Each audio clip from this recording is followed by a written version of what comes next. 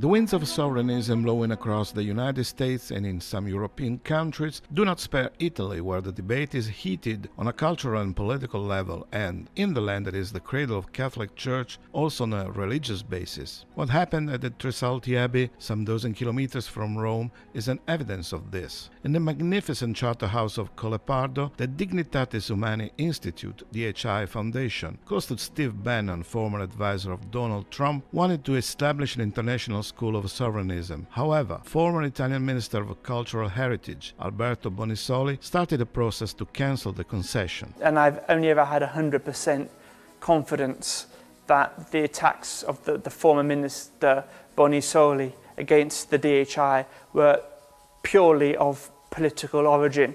Sheer ideology? Someone argues, though, that there are real anomalies. Gli atti che sono stati prodotti dalla DHI sono atti illegittimi. Hanno dichiarato in molti punti il falso. Further, others say that ideology and tradition are going hand in hand. I populismi, i sovranismi sono un veleno. Mi duole veramente che la Certosa stesse prendendo una piega completamente diversa dalla sua tradizione di spiritualità. The analysis by academia, or at least a part of it, is not entirely positive. The project to create a political school in Trisulti has been a failure.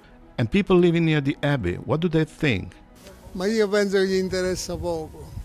Sono in disaccordo completo, perché è una cosa proprio che mi fa inorridire. Questa gestione da parte di Bannon non è una buona cosa per il paese. Questa associazione è politica. It's politics, or better, a political confrontation that has even led to protest marches. A dicembre del 2017 c'è stata una manifestazione dove hanno partecipato, ma la maggior parte delle persone erano esterne al paese. That's because for some people the sovereignism school and US right wing represent a threat for Italian culture and politics. C'è stata una saldatura per un certo periodo storico recente fra alcune posizioni, faccio un esempio di Donald Trump e di Matteo Salvini. Su questo ci sono alcune preoccupazioni. On the contrary, others say that there is nothing to worry about.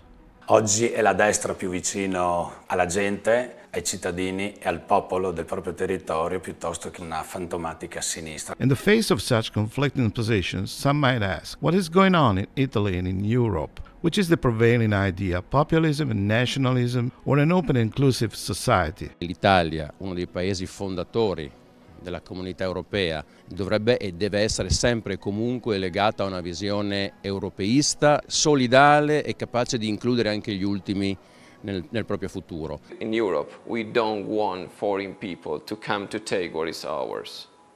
This way of thinking for me is terrible. It's absolutely dangerous. It's going to destroy humanity. Ricordo da piccolo che c'erano gli alpini che cantavano il Piave mormorò non passa lo straniero, ma non è che questi non accettavano chi arrivava in Italia, anzi difendere la propria nazione e difendere i propri cittadini dall'invasione che stiamo avendo in questi ultimi anni. Papa Francesco ha parlato di uno sguardo contemplativo sulla città degli uomini, che fa guardare la vita, la realtà e la casa comune come l'ambiente di un'unica famiglia. Questo è contro tutti i sovranismi, contro tutti i populismi. This point of view is not shared by the entire Catholic Church. Papa Bergoglio è contestato fortemente al suo interno da una frangia ultraconservatrice. Bannon da cattolico è, tra virgolette, l'emissario di quel mondo, di quelle lobby ultraconservatrici che sono in America. The country of the freedom want to put walls, actual walls in between countries. That's it's not a metaphor anymore, it's a real thing. Metaphors and walls, are they restricted to the territory of the United States?